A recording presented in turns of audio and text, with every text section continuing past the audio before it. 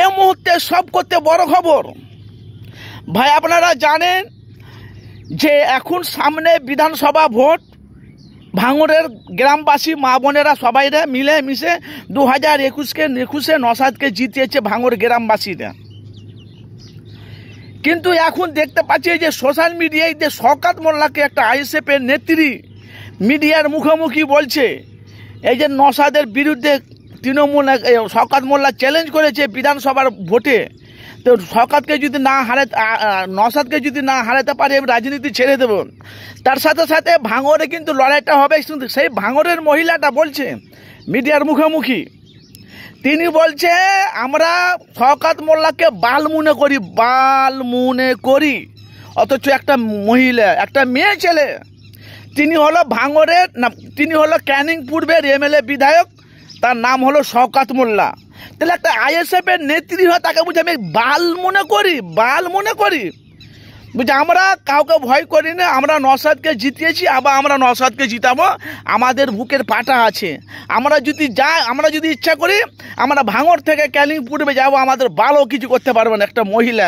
তো আপনাদের মূল্যবান মতামত জানাবেন। তাহলে আইএসএফের নেত্রীরা কতটা উত্তপ্ত হয়ে আছে আপনারা বুঝতে পেরেছেন?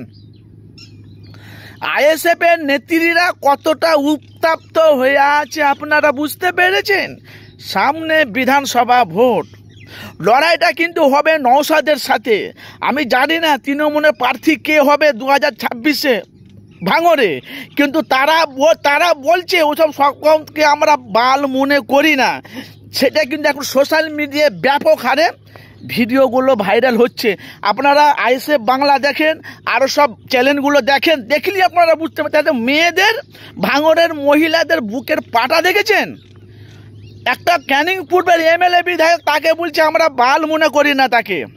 তাহলে আইএসএফের দলটা মানুষের কাছে কোন কারণে পৌঁছে গেছে দেখেছেন? একটা মহিলা হয়ে একটা এমএলএ বিধায়ক হয়ে বলছে আমি তাকে বাল মনে করি। ভালো করে বুঝবেন। তাহলে 2026-এ বিধানসভা ভোটে ভাঙড়ের মানুষ নওশাদকে জিতাবে?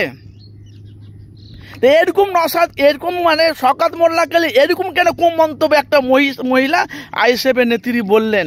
আমাদের কাজ হলো মানুষের কাছে সত্যটা ঘরে ঘরে মানুষের কাছে তুলে ধরা। কেন আপনারা জানেন যে সামনে বিধানসভা ভোট, বামফ্রন্ট কংগ্রেস আইএসএফের সাথে জোট করেছে বিধায়ক নওশাদ সিদ্দিকী, সেটা নিয়ে এখন বাংলায় ঝড় উঠছে। যেহেতু ভাই আপনারা জানেন যে রীতিমতো কয়েকদিন কমিশনে বসেছিল নওশাদ সিদ্দিকী, তিনি বলে দিয়েছে যদি ঠিকঠাকভাবে যদি আইএসএফ, বামফ্রন্ট, সিপিএম, কংগ্রেসের সাথে যদি জোট হয় বিরোধী দল ধুলার মতন উঠে যাবে।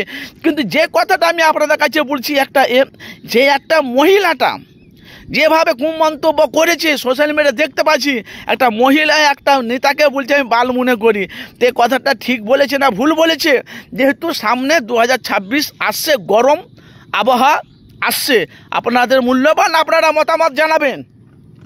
লড়াইটা কিন্তু হবে নওশাদের সাথে ভাঙড়ে। আপনারা জানেন 294টি সিটের মধ্যে একটা সিট পেয়েছে, সেটা হলো ভাঙড়ে নওশাদ সিদ্দিকী।